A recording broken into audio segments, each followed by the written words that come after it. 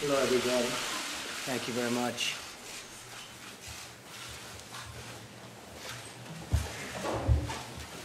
It's great to have you at the White House. And I just wanted to pass on word that Otto Warmbier has just passed away. He spent a year and a half in North Korea. A lot of bad things happened, but at least we got him home to be with his parents, where they were so happy to see him, even though he was in very tough condition, but he just passed away a little while ago. It's a brutal regime, and we'll be able to handle it. But I want to thank you all for being here, special people. I'm really thrilled to welcome many of you for the first time, and certainly the first time meeting as the American Technology Council. We're joined by an incredible group of leaders on the absolute cutting edge of innovation, including many CEOs from the world's most successful businesses. We have approximately $3.5 trillion of market value in this room, but that's almost the exact number that we've created since my election. In fact, I think we have you beat by a little bit, which is a pretty good number, but I congratulate you all. Done an amazing job. Thank you for lending your time and your talent to the American people. A lot of ideas have come out of the room today, and a lot of ideas will over the next short period of time. I also want to welcome Secretary Mnuchin, Secretary Kelley, Administrator Verma, and my budget director, Mulvaney. Thank you all. Doing a great job. I want to thank Jared and Chris Liddell, for assembling such a spectacular group of people. They're working very, very hard. I want to thank Ivanka for working so hard on it. It's a real passion. Our goal is to lead a sweeping transformation of the federal government's technology that will deliver dramatically better services for citizens, stronger protection from cyber attacks, which we were just discussing in the Oval Office with a little bit smaller group. That's a big problem. There's no question about it. We're going to be working on it. We're going to solve the problem. And up to $1 trillion in savings for taxpayers over the next 10 years. Over $1 trillion. We're embracing big change, bold thinking, and outsider perspectives to transform government and make it the way it should be, and at far less cost. My administration's already taken very historic steps to modernize critical IT systems and make government more transparent. As an example, you're seeing what we're doing with the airports, with all of the billions and billions of dollars that have been spent on planes flying all in the wrong directions. We're getting a change. They spent many billions of dollars, and we are getting that whole system fixed. Money wasted over the last 6 or 7 years, billions. VA Secretary Shulkin recently announced that we're upgrading technology to allow the seamless transfer of veterans' medical records from the Defense Department, which has been a huge problem for decades and decades for our great veterans. We'll have it fixed very soon, but it's been a problem for many, many decades. Across government, we're fixing problems in months that others have not fixed in many, many years. And we're just getting started. 50 years ago, our government drove the innovation that inspired the world and put Americans on the moon. Today, many of our agencies rely on painfully outdated technology. And yet we have the greatest people in technology that the world has ever seen right here with us in this room. And most of them are just nodding as I say that. They're actually agreeing with me, which that's interesting, Eric, right? Government needs to catch up with the technology revolution. We're going to change that with the help of great American businesses like the people assembled.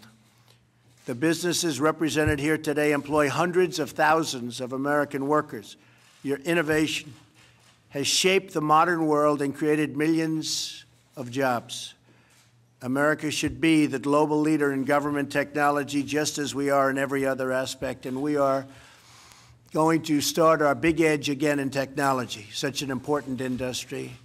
I view it from the standpoint of jobs and other things. You view it somewhat differently, but we're all in the same ballpark. It's so important, so important. My administration is embracing a new spirit of innovation that will make life better for all Americans. And when it comes to what we're here for today, American technology, we're working very diligently with everybody, including Congress, on immigration so that you can get the people you want in your companies. And it's been a tremendous problem that you've had over the past long period of time. So we're working very hard on that, and we'll be able to solve that problem. I want to thank everyone in the room for lending your time again.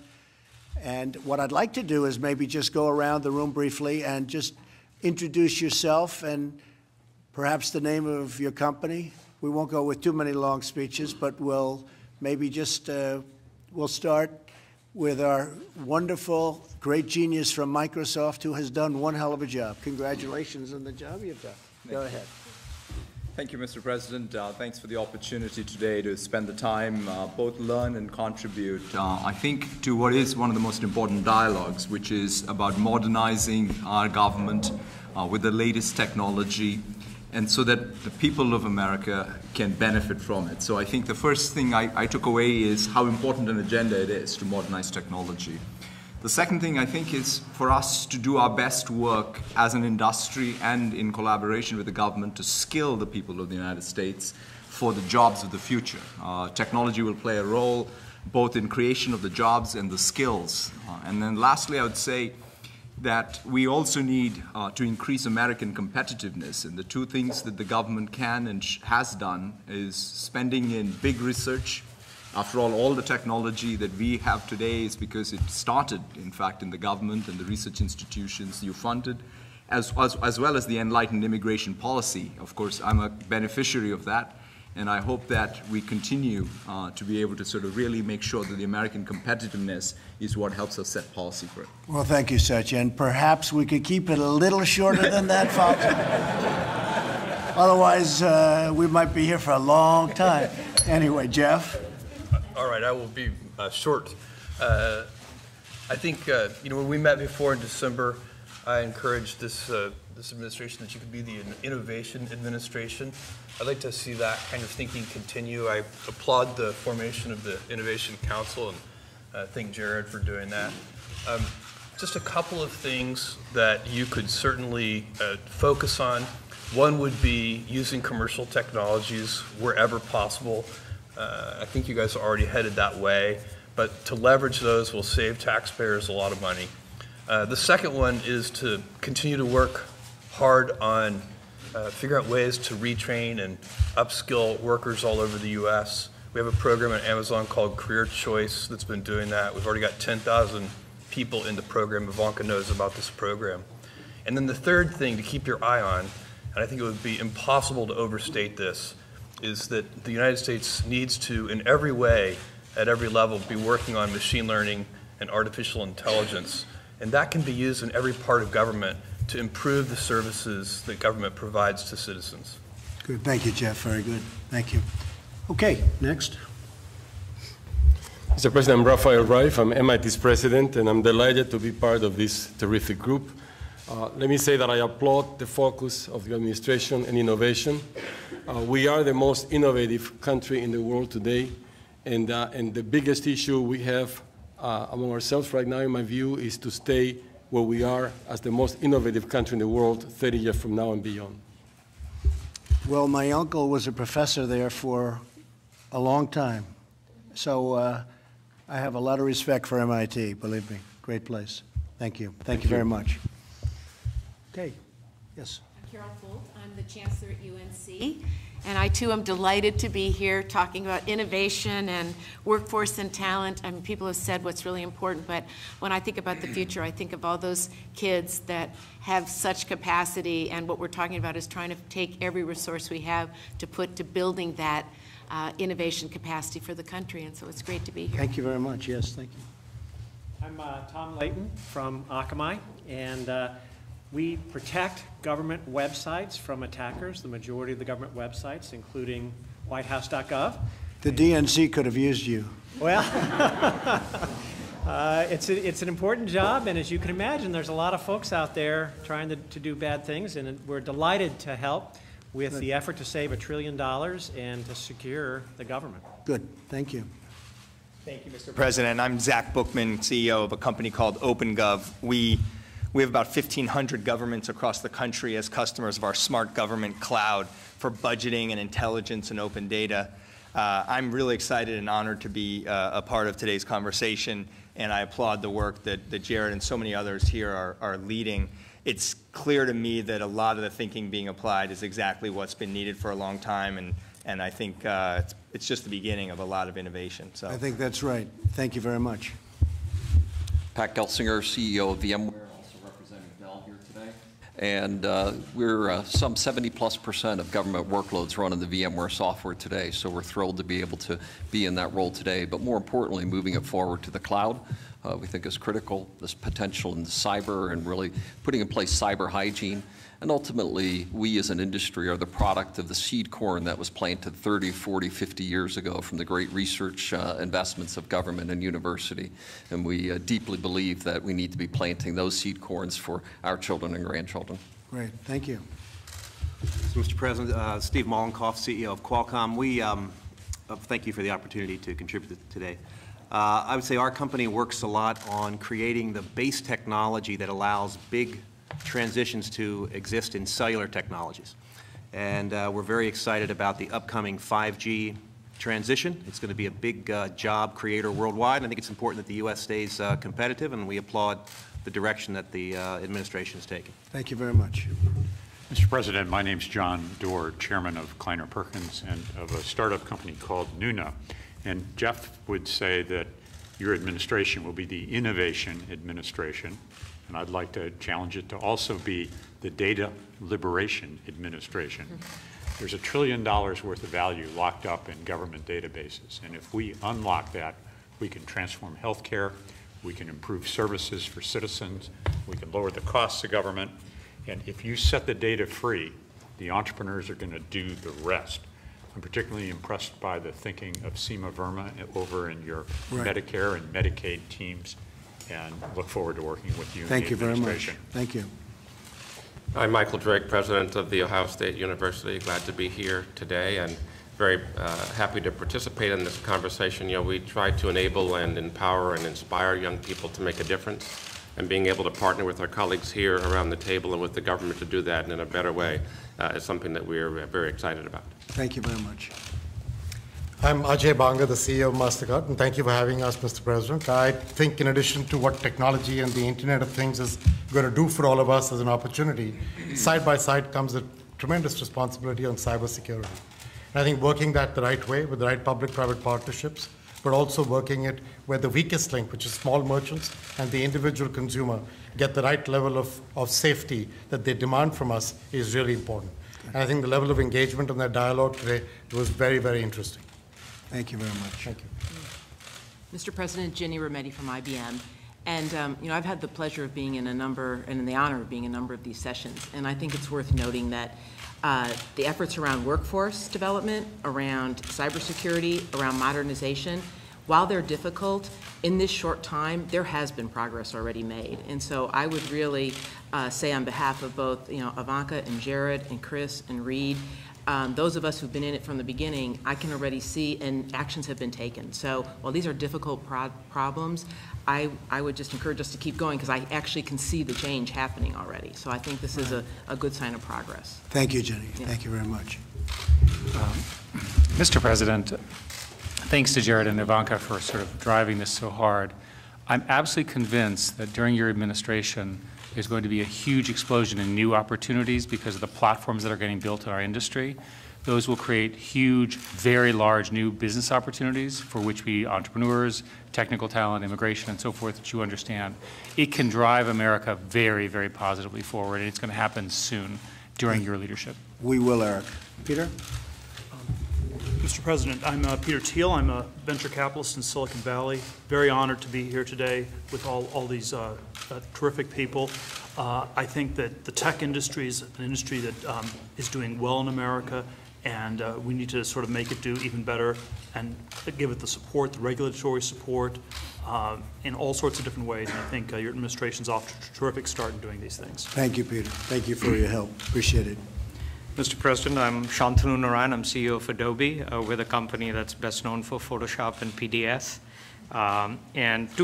Thank you for having us today. Two quick things. One is, I think you're championing a culture of innovation. I think is going to be critical to our country's future leadership, and shared services for improving government will, I believe, drive a lot of efficiency. Thank you very much. Mr. President, Brian Kruzanich, CEO of Intel.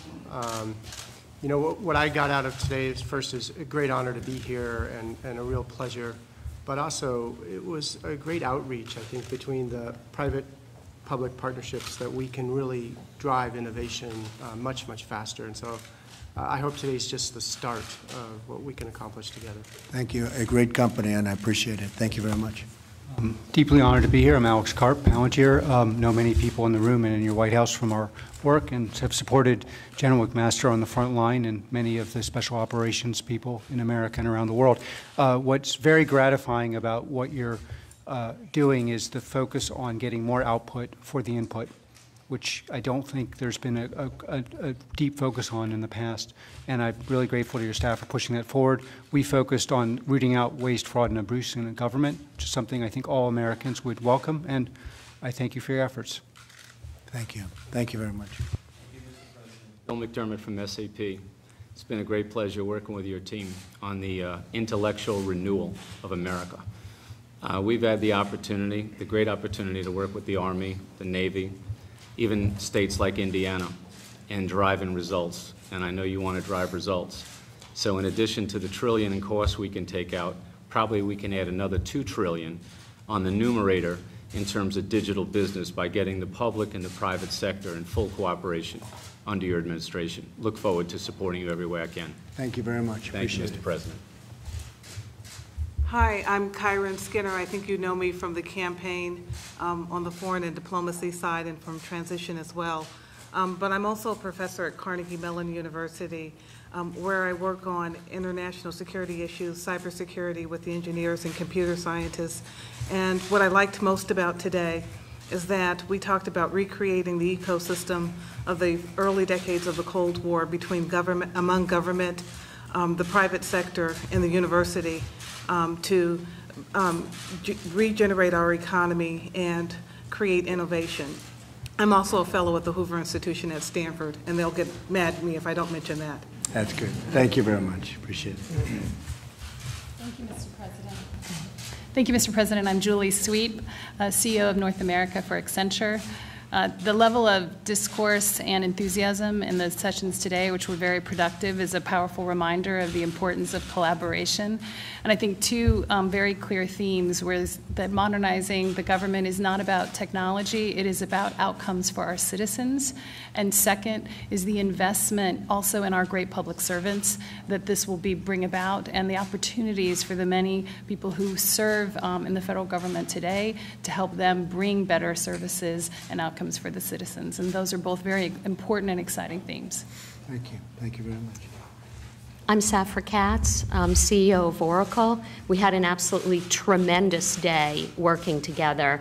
The partnership between academia, the government, and commercial enterprises is such a powerful combination together with leadership, which is critical for real success. And you had volunteers from all sides and a lot of people working already and raring to go for the next level. So thank you. Thank you, Sam.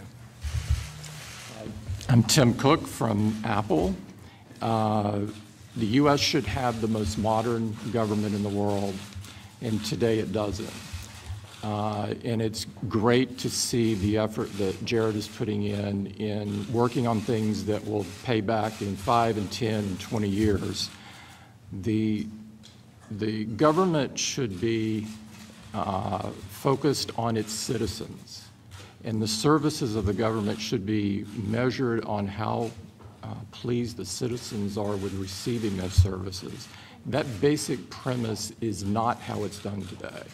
And so I would really encourage you to ask the cabinet how they're measuring their parts of government and what they're doing to serve the citizens that they're meant to do. Secondly, totally unrelated, but something I feel very passionate about, coding should be a requirement in every public school. We have a huge deficit in the skills that we need today versus the skills that are there. And we're trying to do our part, or hopefully more than our part in doing that. But I think leadership from government is also key. Thank you very much, Tim. Appreciate it. And appreciate all you're doing over the last number of months for jobs. Thank you all. Thank you very much. Appreciate it. Thank you.